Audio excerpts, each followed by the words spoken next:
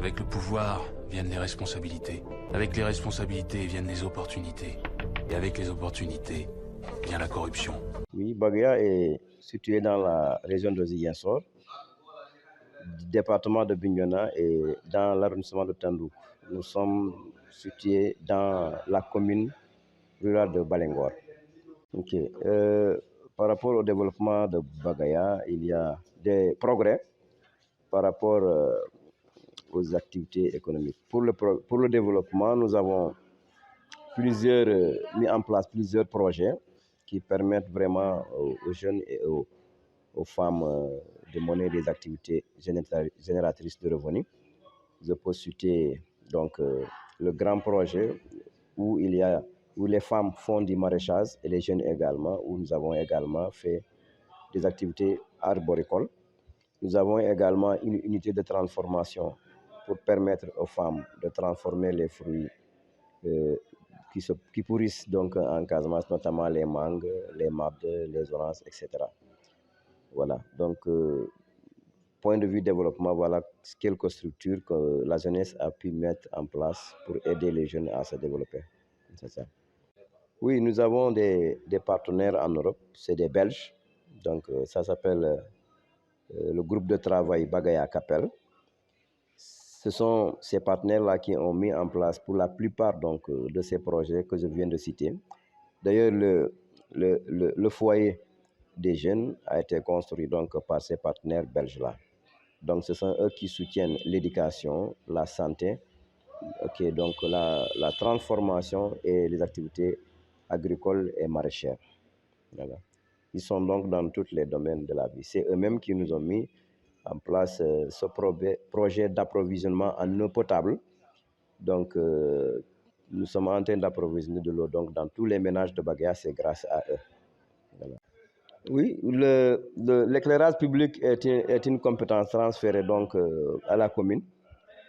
Et ça fait plusieurs années que, comme vous l'avez dit, Bagaya est sombre. Mais cette année, donc, le gouvernement a aidé les communes à mettre de la lumière sur les principaux axes. Mais à l'intérieur du village, sincèrement, il n'y a que de la pénombre.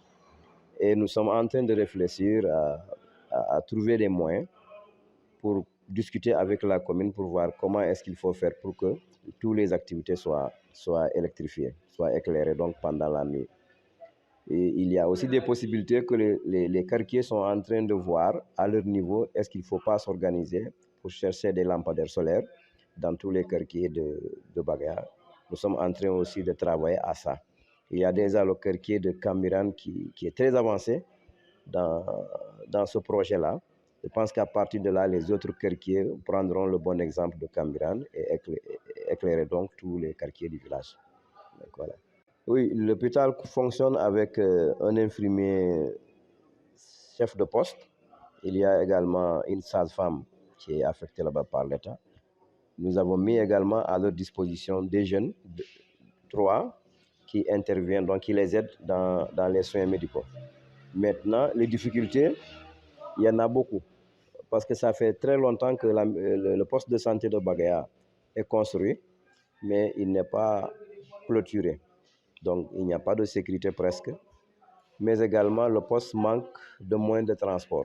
Il n'y a pas de moto ni d'ambulance. Donc, ce qui fait que les femmes en état de grossesse, si elles doivent faire donc une radiographie, sont obligées d'aller jusqu'à Thionkessil pour le faire. Sinon, à Ziguinchor. Et ça également, c'est une difficulté majeure. Et le problème, c'est qu'elles montent sur des motos Jakarta pour aller à l'hôpital, au poste de santé de Thionkessil, ce qui est encore très grave. Et donc, l'autre problème également, c'est qu'il y a un manque criant de médicaments au niveau du poste de santé. Donc, souvent, ce sont, comme je l'ai dit tantôt, nos partenaires qui mettent chaque année à la disposition du poste de santé un fonds pour s'approvisionner en médicaments. Mais sinon, c'est très compliqué pour ces gens-là de prendre en charge, surtout pendant l'hivernage où il y a beaucoup de maladies. C'est très difficile de prendre en charge les personnes, les malades. Voilà. Donc, il y a beaucoup de difficultés au niveau du poste de santé, vraiment. Non, malheureusement, dans la commune de Balingo, dans toute la commune de Balingo, il n'y a pas de pharmacie.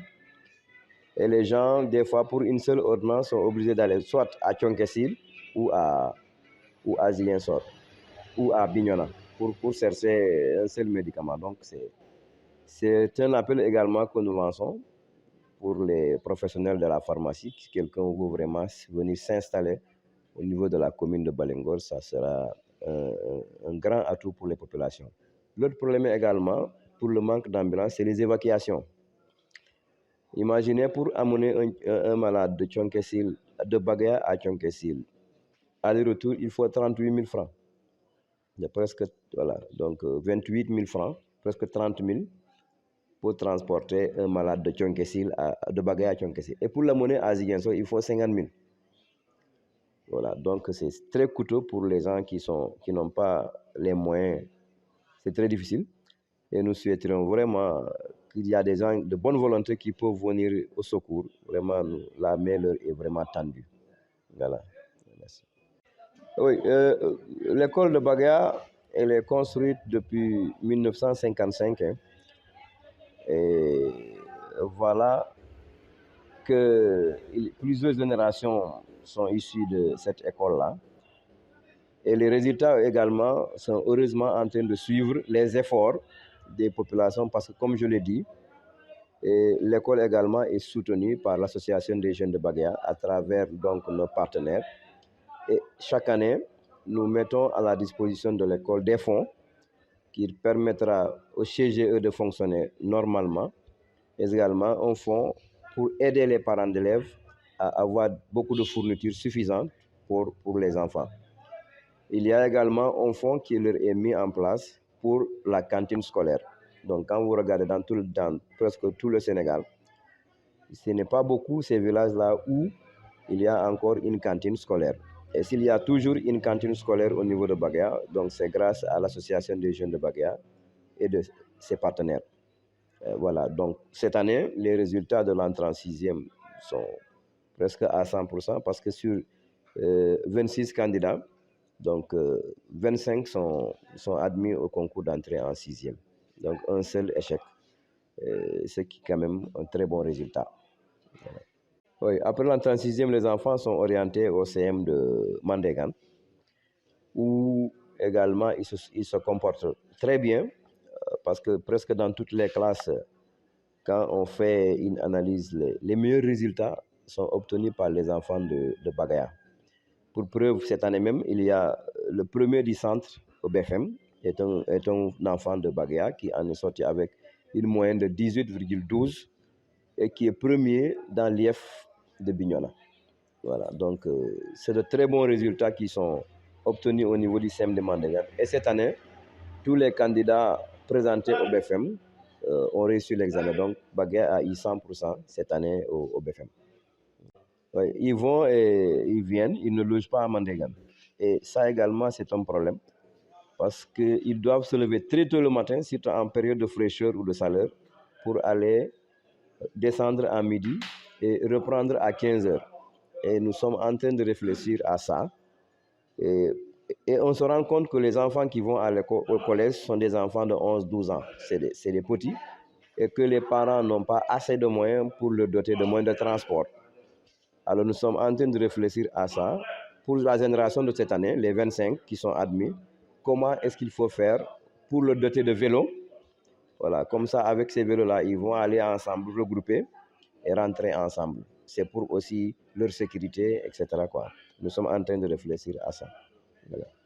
Oui, le foyer des hommes, vous voyez le cadre, c'est un très bon cadre, mais c'est l'exploitation peut-être du foyer qu'il faut voir. Voilà, parce que le foyer, quand il a été construit avec les lois donc, mis en place par l'association, il était interdit à un seul individu du village d'y organiser une activité. Mais depuis notre arrivée, nous avons réfléchi avec la jeunesse locale. Maintenant, c'est permis à la jeunesse locale d'organiser des soirées dansantes de façon individuelle ou collective. Donc, chaque quartier qui veut le faire, ou chaque individu qui veut organiser une activité ici, il peut le faire. L'essentiel, c'est de payer donc, les taxes à la mairie et de donner au gérant du foyer ce qu'il doit le donner. Donc voilà un peu. Mais nous sommes en train de réfléchir pour que le foyer soit complètement transformé en un centre de développement communautaire. Voilà, nous sommes en train d'y réfléchir. Comment est-ce qu'on peut augmenter peut-être quelque part des chambres pour accueillir nos partenaires, parce que eux, quand ils arrivent, ils sont accueillis dans les maisons et ça pose des problèmes. Nous aimerions vraiment améliorer le foyer de telle sorte que si on a les étrangers, on puisse donc les recevoir tous au niveau du foyer. Donc, voilà. Oui, l'entretien, c'est aussi un problème. Vous savez, chez nous, quand on met de bonnes infrastructures maintenant pour la pérennisation, c'est ça le défaut. Mais il y a les filles qui sont là à Baga, qui font un travail vraiment remarquable, qui chaque 15 jours viennent ici pour nettoyer le foyer, voilà, et voir aussi, il y a un comité que nous avons mis en place pour s'il y a des réparations à faire, avec donc l'argent qu'on comprend des clients, c'est avec cet argent-là qu'on peut faire des réparations s'il y en a lieu, quoi. Mais je donne une mention spéciale à ces filles-là qui, chaque 15 jours, sont là pour nettoyer, laver à grande eau ce foyer pour qu'il reste toujours accueillant et propre, quoi. Voilà. Oui, l'agriculture à Bagaya, vous savez, depuis 2 à 3 ans, nous sommes en train de réfléchir à comment faire pour améliorer. Parce que vous savez, nous sommes impactés par le barrage d'Afignam et les rendements agricoles sont très minimes, surtout du point de vue risicole. Mais depuis 3 ans, on a réfléchi et on a vu les quartiers où le sel n'est pas encore arrivé là-bas. Par exemple, le quartier de Kourouk. Il y a beaucoup de parcelles qui ne sont pas exploitées et on est allé négocier avec les propriétaires de ces parcelles-là pour qu'ils permettent à tous les enfants de Bagaya d'aller y cultiver. Et nous sommes en train de réussir ce projet depuis 3-4 ans. Même cette année, ils ont permis à tous ceux qui sont désireux d'aller cultiver de l'autre côté.